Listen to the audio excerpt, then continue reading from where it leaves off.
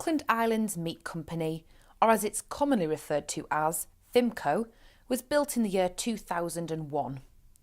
It was originally established to give wool farmers an opportunity to diversify into meat production as well as traditional wool farming. Located just on the outskirts of Stanley, the Sandbay Abattoir is managed and directed by John Ferguson.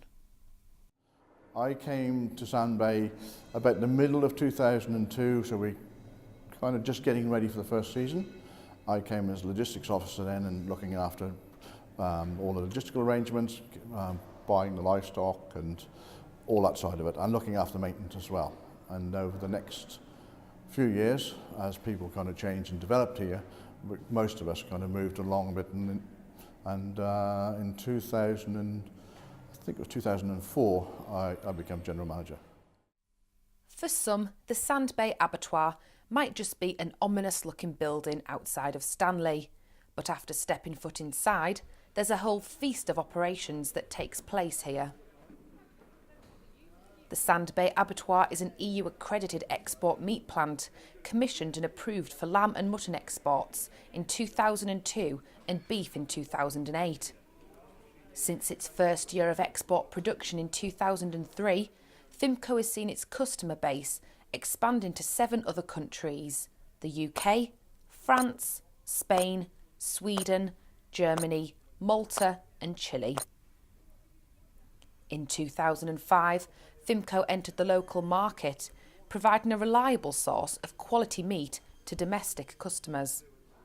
Another large part of our operation for the domestic market is that we also cater for all the commercial customers.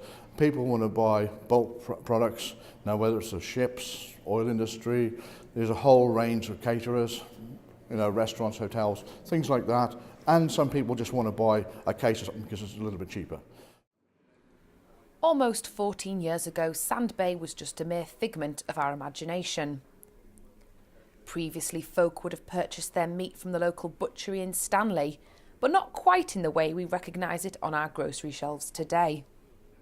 Years ago, not so many years ago, certainly before Sandbay started, people bought the sheep in halves or quarters or full carcasses and cut it up themselves. Beef were bought generally in quarters. But these days, of course, you can go along like any supermarket and buy the cut that you particularly want, that's ready to cook. So it's instant. People are both busy, housewives and the blokes these days tend to both work, so they don't have time to go through all that. And so basically the whole system has kind of changed and it's probably a bit more modernised, if you like. So it would appear that over the years, the meat industry has dramatically evolved. Following the introduction of artificial insemination amongst farms, Fimco are now able to produce an even higher quality of meat from some of the most prestige bloodlines. That certainly made a difference, and over the next few years more and more farmers are obviously looking to have the Aberdeen Anguses, the Murray Greys, the Herefords, the beef breeds if you like, and the national beef herd that the government runs is predominantly, in fact I think it's totally Aberdeen Angus, so there's AI goes on, and also the lease of the bulls, sale of bulls. The genetics are really important, and those are the things that actually help us develop the local market.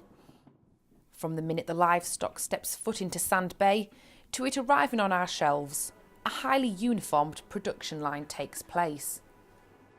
So the farmer will deliver yesterday afternoon, and the killing today. We kill 2 days a week in the non-export period, if you like, on Tuesdays and Thursdays. So the vet turns up at 10 o'clock in the morning. They'll inspect the animals. We will then kill them.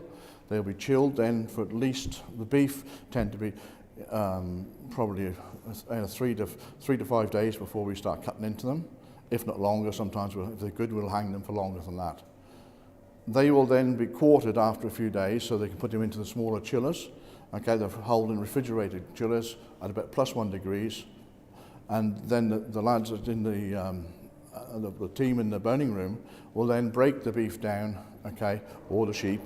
They'll break them down into primal cuts and then they'll steak them. They'll make all the steaks, the chops, the mince, the dice.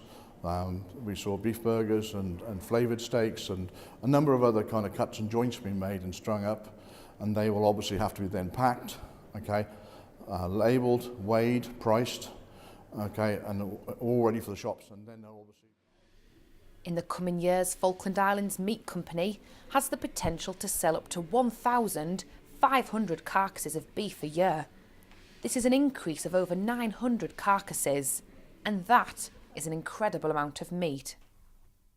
What we're trying to do obviously now is encourage the best way we can to encourage the farmers to increase the herds, because over the years they kind of they lowered their herds. Not everybody's into beef cattle farming.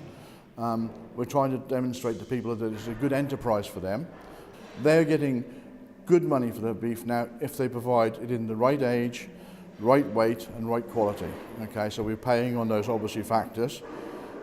I think it's important to also realise that the kind of quality of beef that you're seeing here now, that's as good as beef as taste-wise and quality and that you'll see anywhere. With this said, Fimco has the real potential to broaden its horizon, bringing you, the consumer, new and exciting products to your plate.